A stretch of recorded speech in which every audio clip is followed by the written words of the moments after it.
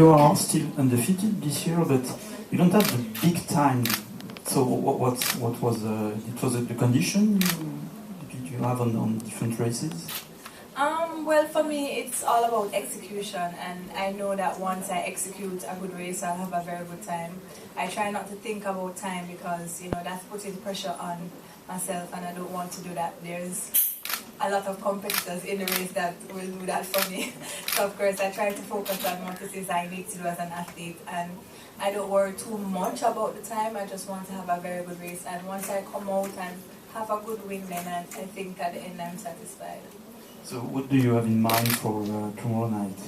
Well, it's actually my first time here, so I've not been in the stadium or anything, so I'm just looking forward to having a fantastic 100 meter. It has been one of those 100 that's very competitive. Like, I looked at the lineup and I was like, wow, congrats to the meet director for getting a huge amount of girls here to compete. And I think once the 100 meter is as competitive as it is, then you'll have fast times, and that's what I'm looking to do. Okay, questions? Do you expect a gold double in Moscow, 1 and 2? Well, in life we expect a lot of things and we don't know what will happen, but for me, for right now, I'm just focusing on working hard and just doing what I know I do best, and that's, training hard, and that's trusting God to allow me to compete well. And, I'm looking forward to doing the 100 and the 200. Last year was a little dip in the water for me, where I had the experience of doing both at the championship, which was rewarding. Now that I look back at it, I can take away a lot from it, and know it will be useful for this year. You work especially on 200 this season? Yes, I'm definitely working more at the 200 because I can be a little off sometimes in the 200, and that's because I'm still trying to learn the event as much as possible. I'm not one of those athletes who at 180 I'll have a burst of energy to go through the line. I attack it from the start, and hopefully I'll have that momentum and that endurance to carry me through. So that's what I'm working at. And the more 200s I do, then the more I'll know that this works or this doesn't work. Or championship in 2008, when I was there, I ran the heats, and I ran I think 11-1 or 11-0 in the heats, and I went to the back and I was crying because I was telling my coach that I burned up all my energy running that 11-0. There was no way I was going to make the team, so I was crying. So he was like, stop crying, relax, you're fine, you're going to run fast. And I was like, how can I run fast when I just ran all the energy out? And he's like, don't worry about it, that's my job.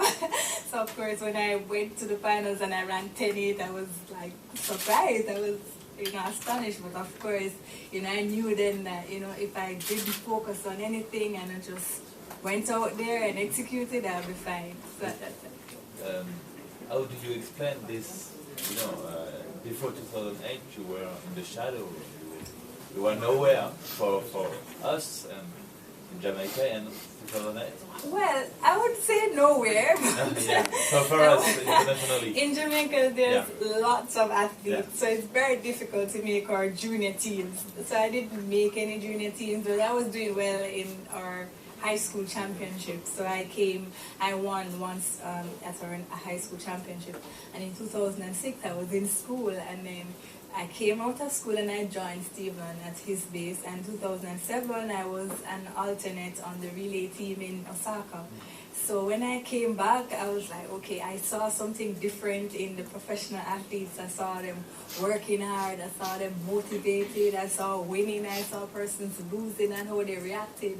And for me, I wanted that experience. So that for me just ignited a fire. And then I went home and then I trained hard. And wow, here I am. And just what is your degree? A child and adolescent development, yes. Yes. More questions? Yeah. No?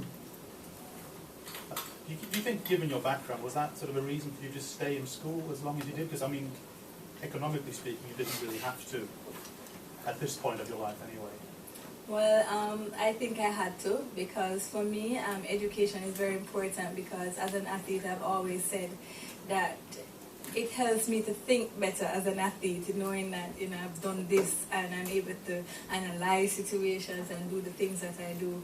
And also, I think a lot of persons, especially my community or persons who I knew, believed I couldn't. They believed that track was just it for me. But that wasn't it. I wanted to do school. I wanted to have a degree because I became the first person in my family to have a degree, and that was important for me as an athlete. And when I accomplished that, and I was thrilled because it meant that I could, whatever it is that I saw for myself, I could achieve it once I worked hard. What do you do with your time now? Because obviously you have a lot of sort of spare time over now.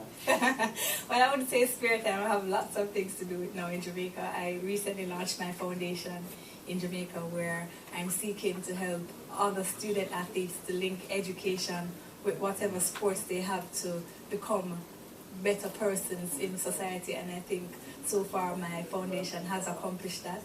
And we're moving forward with helping young people to realize that, it doesn't matter where you're from. It's what you have inside of your heart and what you want to achieve. And if you really want it, it can happen. And I recently also opened my hair shop in Jamaica, so hence all different color weaves and everything. So of course, it's something that it takes time, but I'm also very focused as it is on what's important. And for me, now that I'm out of school, track is priority because it gets everything done, and then my foundation and then my shop. So it's priority for me.